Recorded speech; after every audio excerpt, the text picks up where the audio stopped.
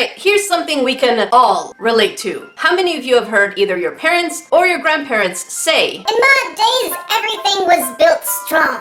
Things were good quality. Heck, you could even take a baby, chuck it in the air, it would grow wings and fly. That's how strong we were built." So yeah, raise your hand if it's something you've heard.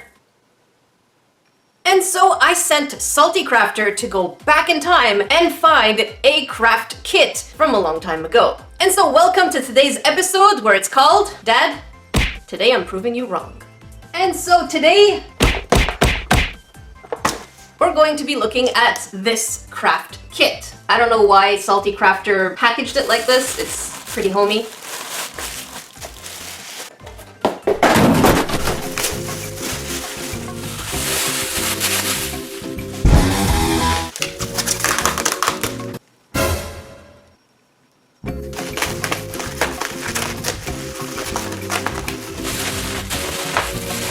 So as you can see here, we have a doll craft kit. I don't know why I have goosebumps right now. It feels and it looks really old. I'm curious, how does it smell?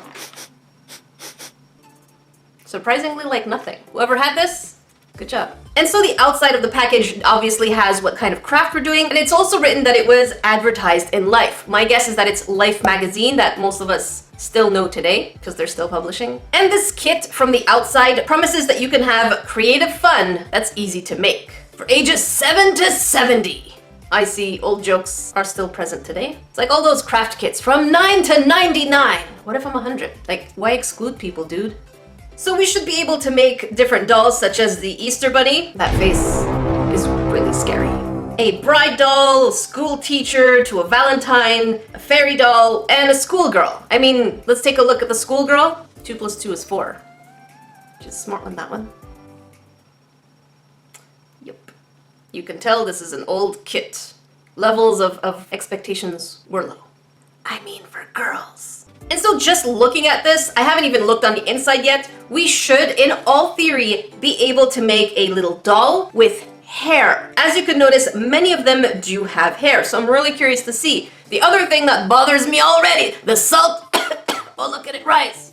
Come on buddy, let's have a dance today. Is that immediately, usually a good craft kit, or most good craft kits will have the end result as a picture on the box, as opposed to a drawing. Right here, we're already starting with drawings of the finished product. So can we trust the results? I don't know. I guess we'll see with the instruction booklet. So this kit is made by Koner Bros. And let's find the Koner Bros online, and let's find it advertised on Life. All right, so this was much easier to find than I thought. So as you can see here, this advertisement is from the Life issue of November 1953. And the advertisement reads, "A complete miniature doll factory. Easy instructions show how to make beautiful dolls for every occasion for ages 7 to 14.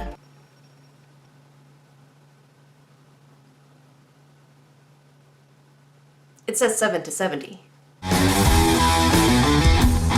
So if this kit was advertised in 1953, give or take a few months of having it before it was advertised, this technically makes this kit close to 70 years old. 66 if you want to be exact. All right, enough jibba jabba. Let's see what we get inside. And oh my gosh. This looks untouched, I think. I mean, there's something here. Oh, it's just a glue stand. That is crazy. Okay, I'm gonna put this gently. It's a little torn, but let's be gentle. This is a senior citizen here. So we have our sample over here. We have our glue bottle. Well, that is definitely not gonna work, but let's forgive it. We have our pipe cleaners. We have our heads. Oh, wait. Oh, so it seems like the heads are already made. That is interesting because I was kind of curious about that. I think this angle works better, but the camera is just gonna be a little shaky because y'all are coming with me, see? You see? This is what you see. This is what I see. So over here, I feel like we have a sample, which is really rare. Craft kits nowadays do not give us an already made sample within the box. And then we have the pipettes, which just seem to be browns and yellows and greens and blues. It's quite possible that the colors may have faded. And then a glue bottle over here is most definitely 100% dried up. I mean, you can't blame it. After 66 years, you know, things happen. They don't work like they used to. Still no smell. Kudos to whoever had this, because this is in pretty good shape.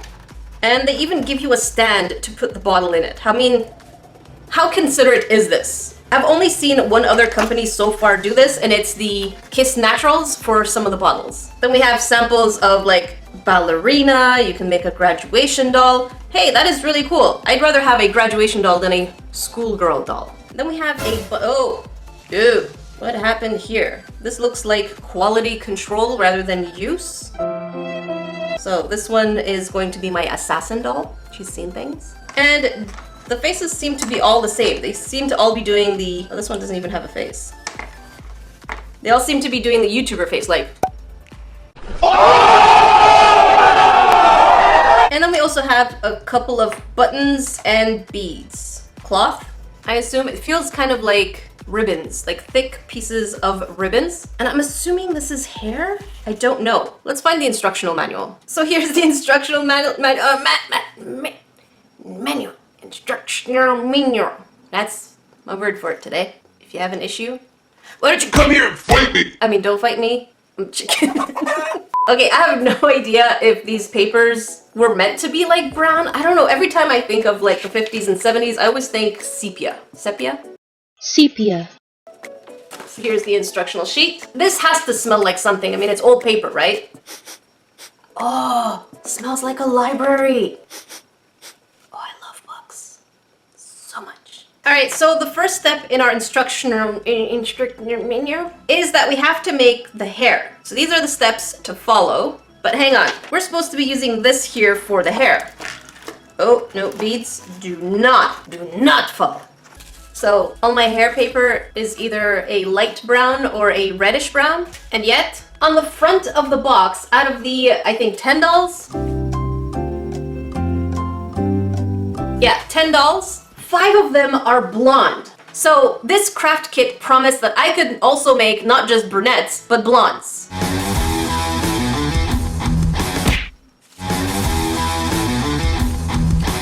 Oh, that smells like a vintage store.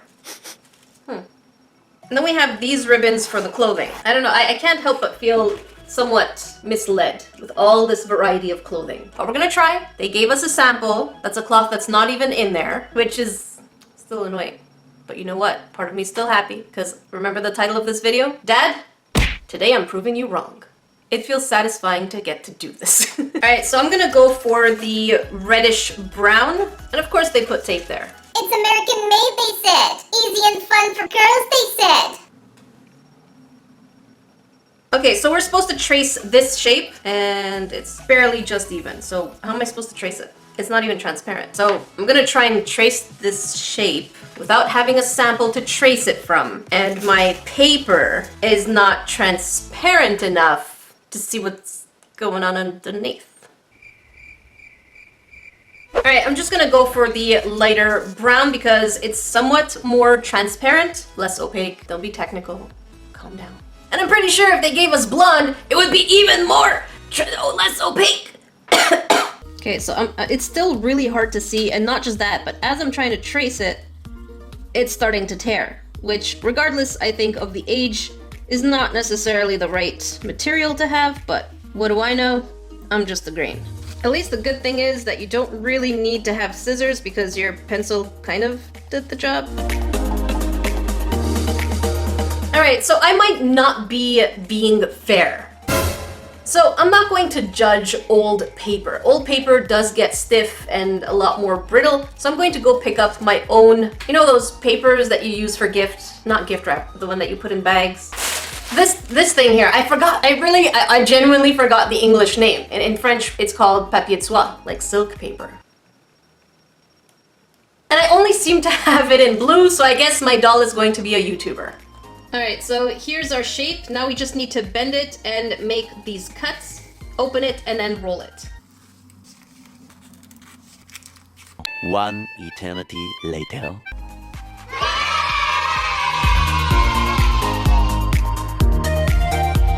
So I did do one less cut on each side just because I didn't want it to be too fragile, because I don't know, like the instructions, it says easy, but I guess kids in the 1950s were smarter than me. Obviously. Kids nowadays still too. Yep, that's me. Okay, this is the part that worries me the most because we're supposed to take a toothpick, roll it, and then leave it there. Well, pull it out. Okay, so we do this. Kid you not, this requires quite a bit of dexterity. Think I have it? I have it.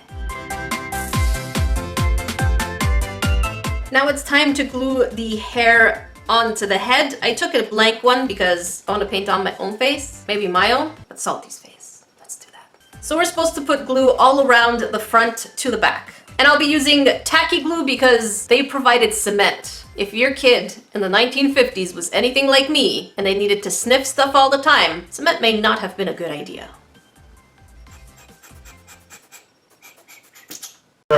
Excuse me. So we need to put this first to make sure that the sideburns, I guess, go down first like so. Oh, that is cute. I mean, good. I don't like those, but this is adorable. Put her little curls right here. And then we're supposed to put more glue in the back here and then just push it forward. All right, what the heck? This is actually really cute. This is absolutely adorable. I never thought of making hair with just papier de soie.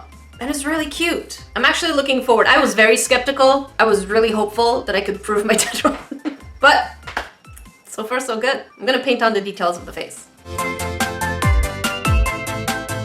All right, neat. Looks like we need a little nerdy intermission because Ramses wouldn't leave me at the door. Right, Ramses? Yeah, he doesn't. No, you're not allowed in the craft room. Excuse me? He is so not allowed in here. Look at him, he's so happy. Oh. No, new love bites right now. And now for the body arm. I don't know how long an arm is supposed to be, but like so. Good enough. So now for the skirt, they do make the assumption that you have a thread and needle so that you can do the stitches, which to be fair, at the time in the 1950s, it would probably very much so be wow English #1. It would have been probable that most homes still do have a needle and thread. I think still nowadays. I don't sew and I have a kit. So we're going to be taking one of the ribbons that they provided, which seems to be more or less the actual dimensions that they said in the instructions. All right, and now we're supposed to be able to pull the ends together. Oh my god.